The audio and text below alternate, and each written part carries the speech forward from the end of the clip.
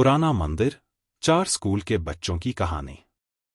College में चल रही फोटो कॉन्टेस्ट प्रतियोगिता के चलते उस कॉलेज के स्टूडेंट रवि, गौरी, रोहित और नेहा अच्छी फोटो की तलाश में शहर से दूर शुमशान जगह पर बने एक पुराने मंदिर में पहुंचते हैं, जो कि एक खंडर में बदल चुका था। पर वह लोग नहीं जानते थे कि जिस जगह पर उन्होंने कदम रखा है, वहां हजारों सैकड़ों साल पहले एक हैवान को मंत्रों से बांधकर तहखाने में दफन कर दिया गया था। उसके बाद वह मंदिर खंडित हो गया था, जिस वजह से सैकड़ों सालों से किसी ने वहां कदम तक नहीं रखा था।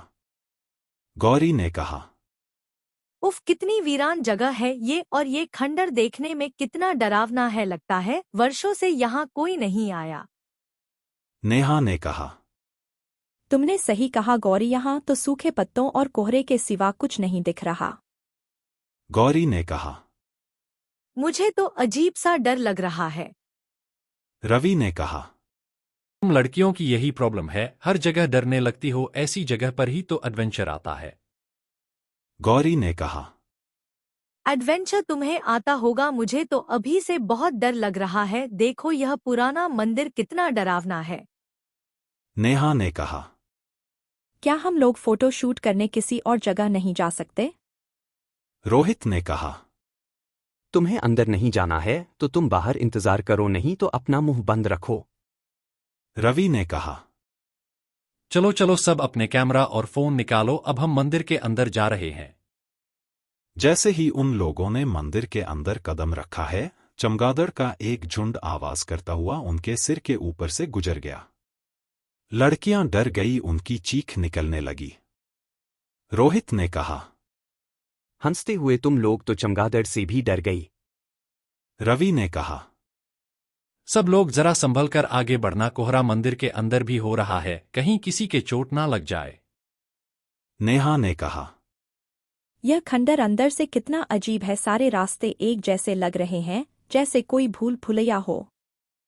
खंडर में बनी प्राचीन मूर्तियों की फोटो खींचते हुए धीरे धीरे वह लोग आगे बढ़ रहे थे कि तभी रवि ने कहा, सब लोग इधर आओ, इस पत्थर पर कोई मैसेज लिखा हुआ है।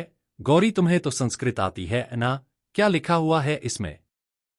गौरी ने कहा, यहाँ लिखा है कि 600 साल पहले इस मंदिर के तहखाने में एक आदमखोर हैवान को मंत्रों द्वारा कैद किया गया था, जिस वजह से यह मंदिर शापित और अपवित्र है।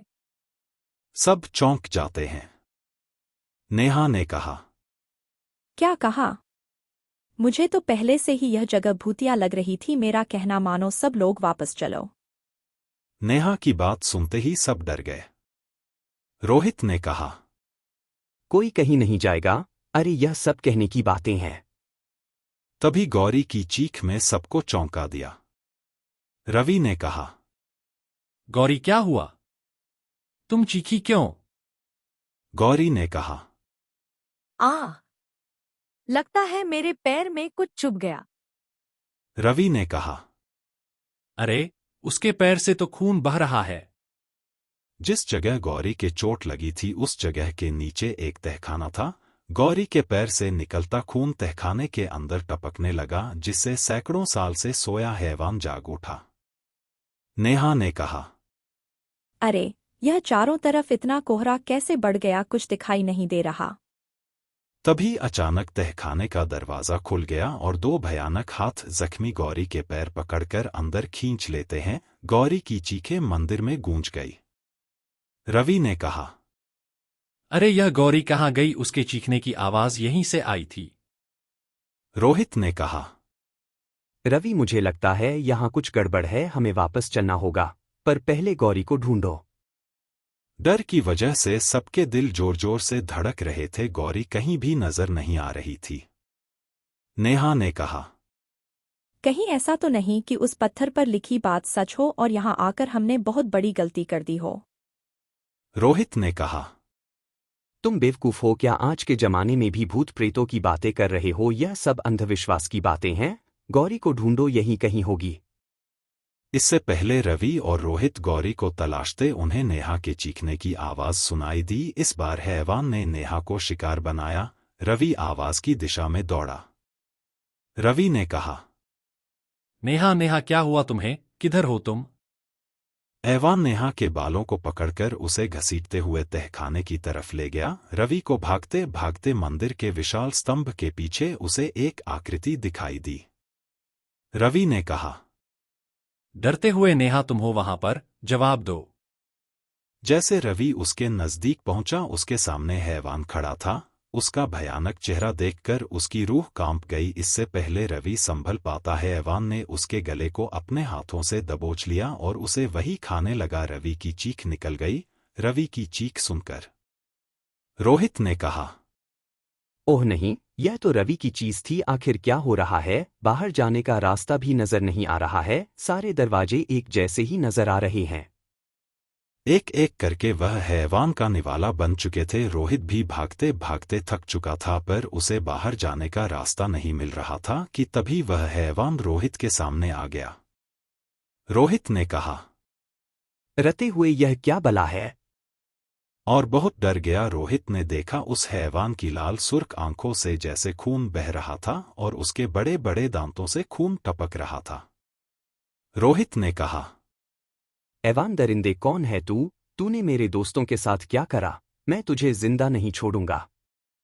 ऐवान धीरे धीरे कदमों से रोहित की ओर बढ़ने लगा। अपनी तरफ बढ़ते देख रोहित अपने पास पड़े बड़े बड़े पत्थर उठाकर फेंकने लगा, पर उस हैवान पर कोई असर नहीं पड़ रहा था। अचानक रोहित को तहखाने का रास्ता दिखा और वह नीचे की ओर भागा। तहखाने में पहुंचकर रोहित को तीनों दोस्तों की लाशें दिखाई दी। रोहित ने कहा, हे भगवान! रवि, गौरी, नेहा, ये क्या हो गया तुम लोगों को? उठो मेरे दोस्तों, उठो। रोहित तहखाने में एक बड़े पत्थर के पीछे छुप गया। तभी उसे कुछ आहट सुनाई दी। रोहित ने कहा, हे भगवान! ये हैवान दरिंदा यहां भी आ गया। अब मैं क्या करूं? तभी रोहित की नजर तहखाने में बनी दीवार के चित्र पर पड़ी। रोहित ने कहा, ओह! इसका मतलब इस हैवान की जान इसके दिल पर वार करने से जाएगी। रोहित ने तुरंत अपने आसपास निगाहें दौड़ाई तो उसे एक भाला जैसी बनी नुकीली लकड़ी दिखाई दी। रोहित ने उसे तुरंत उठा लिया। रोहित ने कहा, आज मैं इस खूनी हैवान को जिंदा नहीं छोड़ूंगा। इसने मेरे दोस्तों को मारा है। इतने में ही रोहित हैवान पर हमला करने गया तो हैवान ने उसकी गर्दन पकड़कर हवा में उठा लिया। रोहित बहुत कोशिश करते हुए हाथ में पकड़ी लकड़ी से हैवान की आंख फोड़ दी। हैवान दर्द के मारे झटपटाने लगा। रोहित ने मौका देकर दूसरी आंख पर भी वार कर दिया। हैवान चीखने लगा। हैवान के चीखने से मंदिर की दीवारें हिलने लगी। इससे पहले रोहित हैवान के दिल पर वार करता है, हैवान ने रोहित का हाथ पकड़कर उसका हाथ तोड़ दिया। पर रोहित ने हिम्मत नहीं हारी। उसने लकड़ी दूसरे हाथ में पकड़ ली और पूरी ताकत से हैवान के सीने पर वार किया। कर दिया। रोहित ने कहा, ये ले शैतान, अब मर। हैवान की खौफनाक चीख से पुराने मंदिर का कोना कोना कांप उठा। रोहित तेजी से सीढ़ियों पर भागने लगा, मगर ऊपर पहुंचने की लाख कोशिश करने के बाद भी रोहित वही तहखाने में पहुंच जाता था। रोहित ने कहा, क्या मुसीबत है? उसके हाथ से खून निकलकर तहखाने में गिरने लगा। इससे पहले रोहित संभल पाता, रोहित के पीछे से दो हाथों ने रोहित को पकड़कर खा जाता है। इस तरह रोहित बचाओ मुझे चीखते चीखते मर जाता है। आखिरकार रोहित भी हैवान का निवाला बन गया और उस मंदिर में पहले जैसा सन्नाटा बसर गया।